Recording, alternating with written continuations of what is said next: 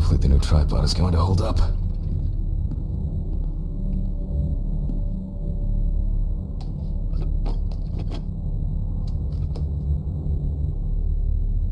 Now, I just have to get everything in frame. This should be fine. November 20th, 1991. Time, 8:43 p.m. Recording for medical students from the University of Missouri. This autopsy is conducted by Jack Hanman. Hello, everyone.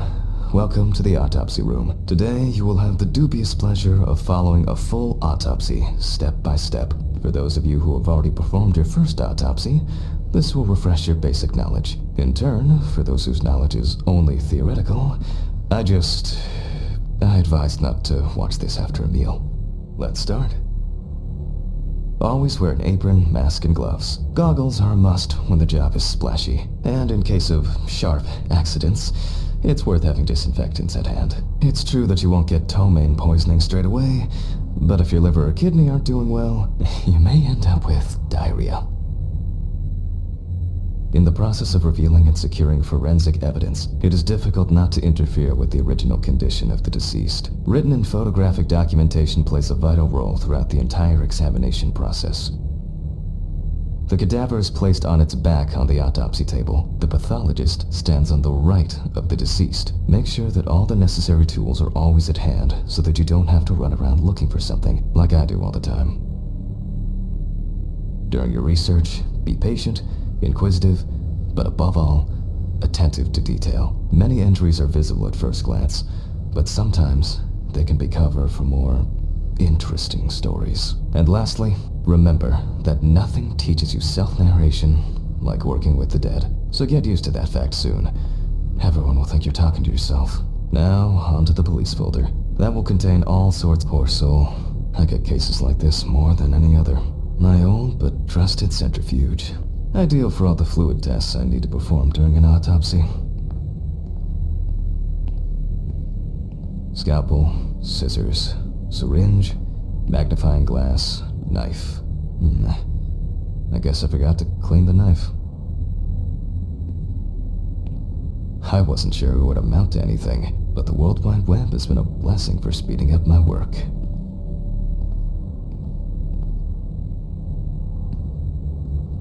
My old but trusted centrifuge.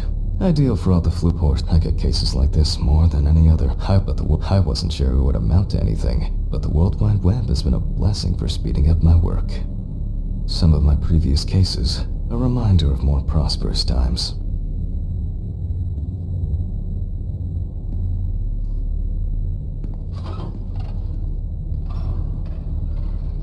But the word is, the lab will be open tomorrow.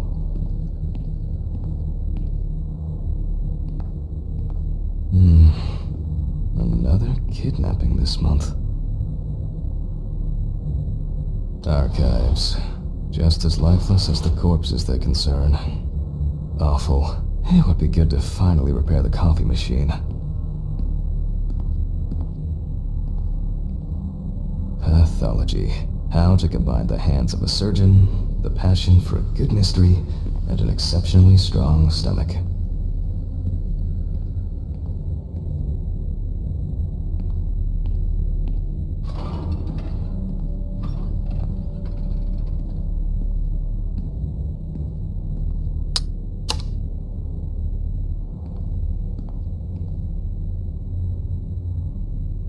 My old but trusted centrifuge. Ideal for all the fluid tests I need to perform during an autopsy.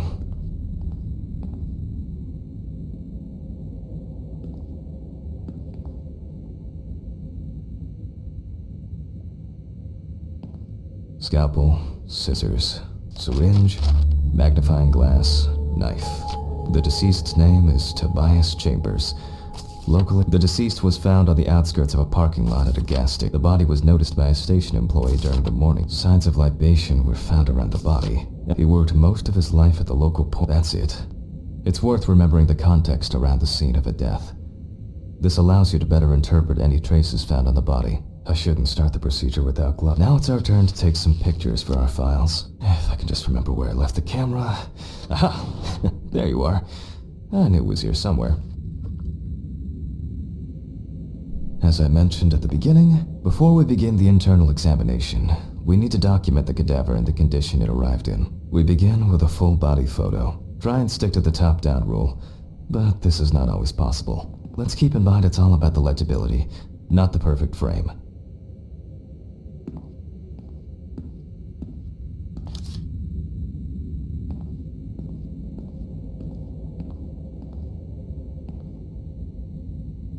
Voila! Now we move on to the next step, looking for traces. Take your time.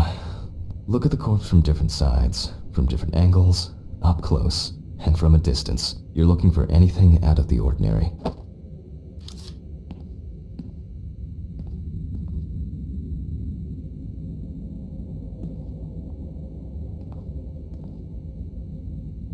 Some wounds in the feet and signs of frostbite, probably because the subject's shoes were too small.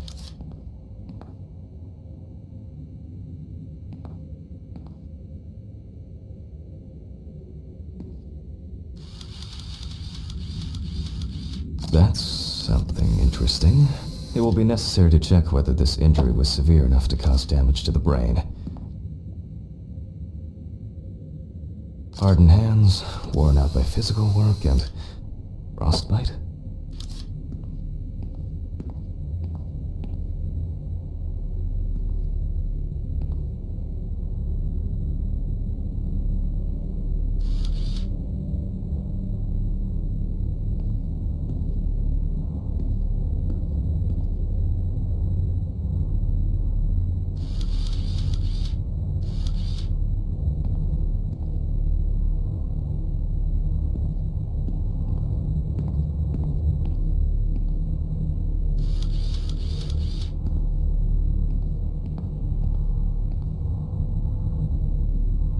Poorly healed wound.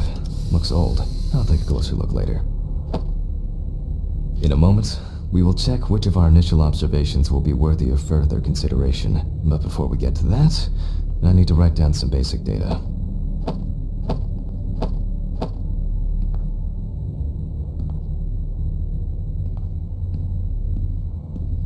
Scalpel, scissors, syringe, magnifying glass, knife. I guess I forgot to clean the knife. Poor soul. I get cases like my old but trusted centrifuge. Ideal for all the fluid tests I need to perform during an autopsy.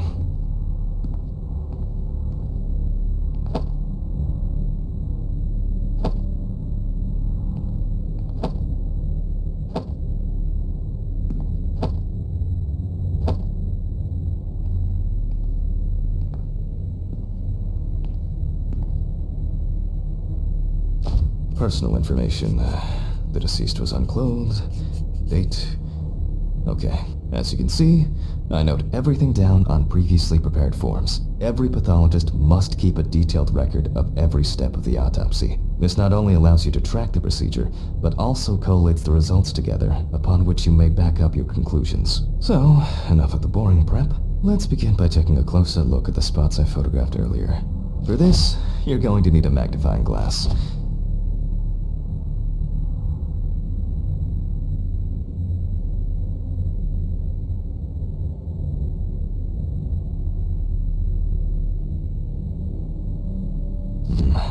Which spot first? It looks like a burn mark. No doubt painful, but it's not pertinent for this case.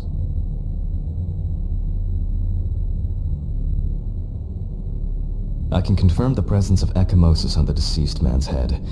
The appearance indicates the intravital nature of the wound. Add alcohol, which I can clearly smell, and this was an accident just waiting to happen.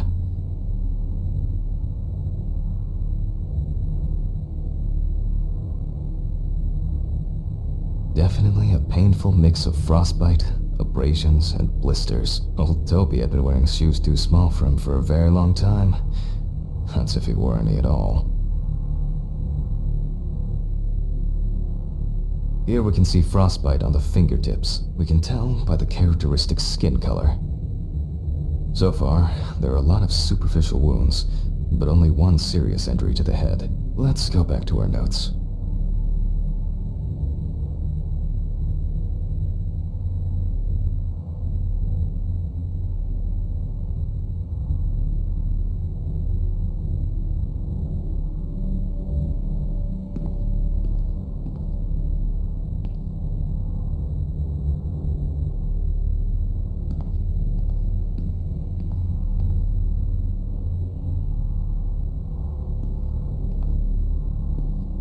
Poor soul.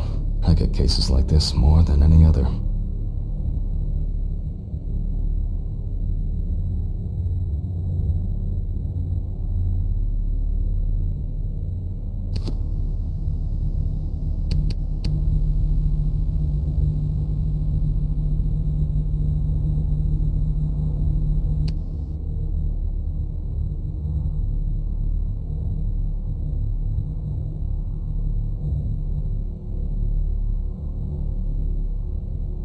First, I mark the location of the entries and make notes for each one. So...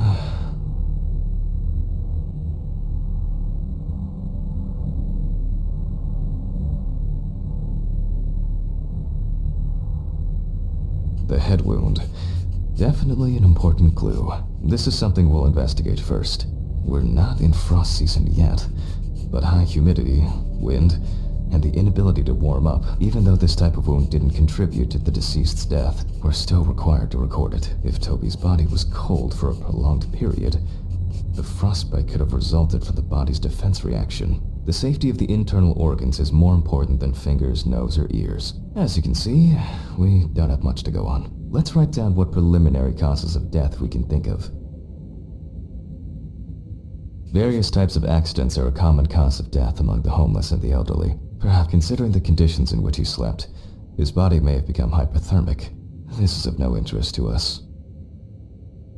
The nights have been particularly nasty lately. We will check if there are any signs of freezing internally. Since the deceased clearly smelled of alcohol, I'll add alcohol poisoning to our list.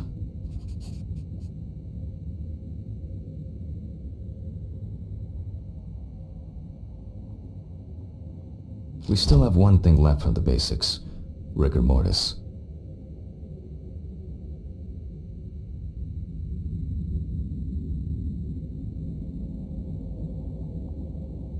Well, we take our deceased by the hand, gradually re-raise it,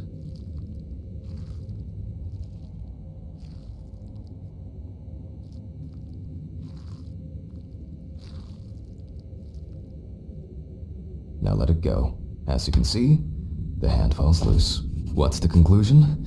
Death must have occurred more than 72 hours ago. The police information appears correct.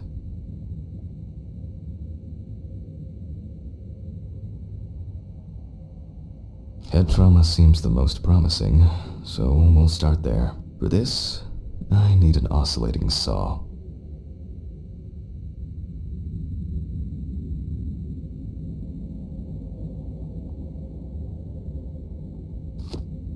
The cut is made from ear to ear.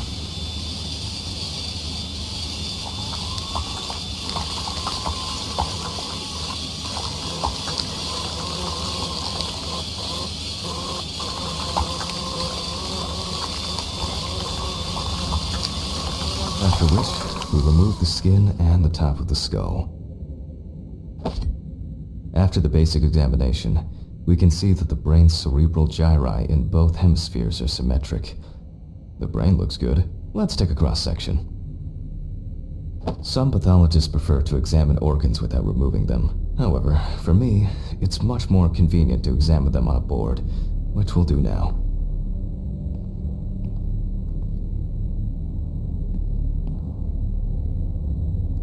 Scalpel, scissors, syringe, magnifying glass, knife. I guess I forgot to clean the knife. Holding a long, narrow blade knife in the dominant hand, we slowly cut the cranial nerves on both sides, all the time pulling the brain towards us. Pills. I need my pills.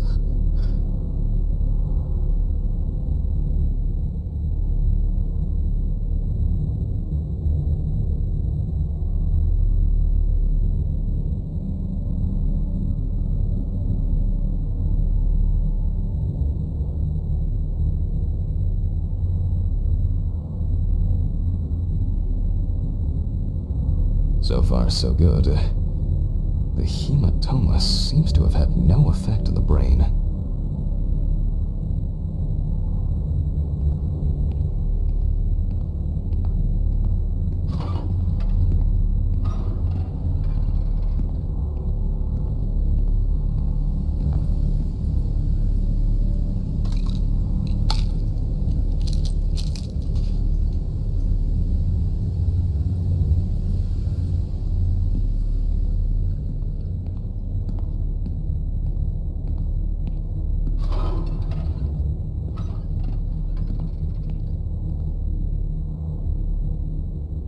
We can rule the fatal accident out as well.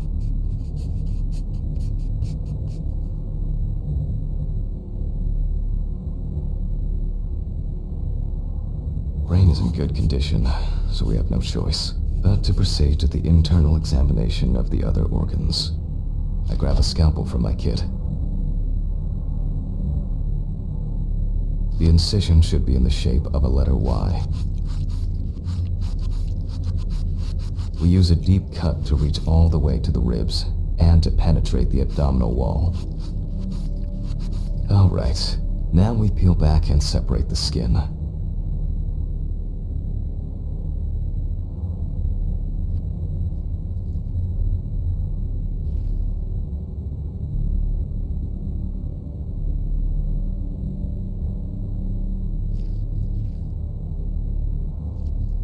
Now, we need to remove the ribs. We'll need the loppers for this.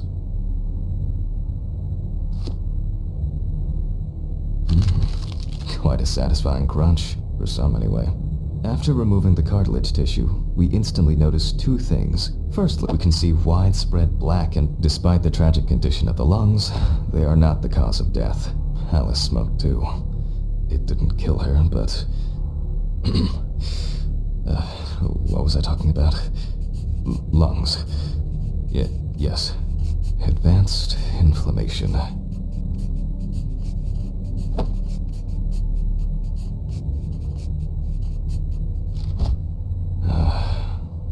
What now? The syringe. Now's a good time to collect some samples.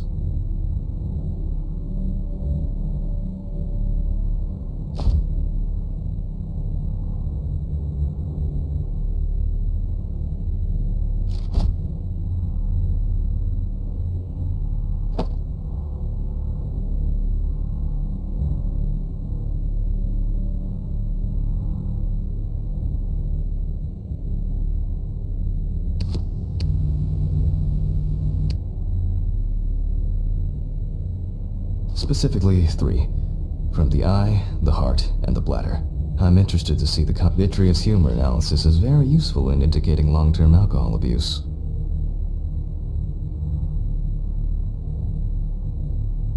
Five milliliters from the left ventricle should do it. Left on the bladder, we draw about 10 milliliters of fluid. Now we take our samples to the centrifuge. But before I do that, I need to find my notebook. My dyscalculia means that I always double-check the settings. Please excuse me while I run and fetch it. My old but trusted centrifuge. Ideal for a poor soul.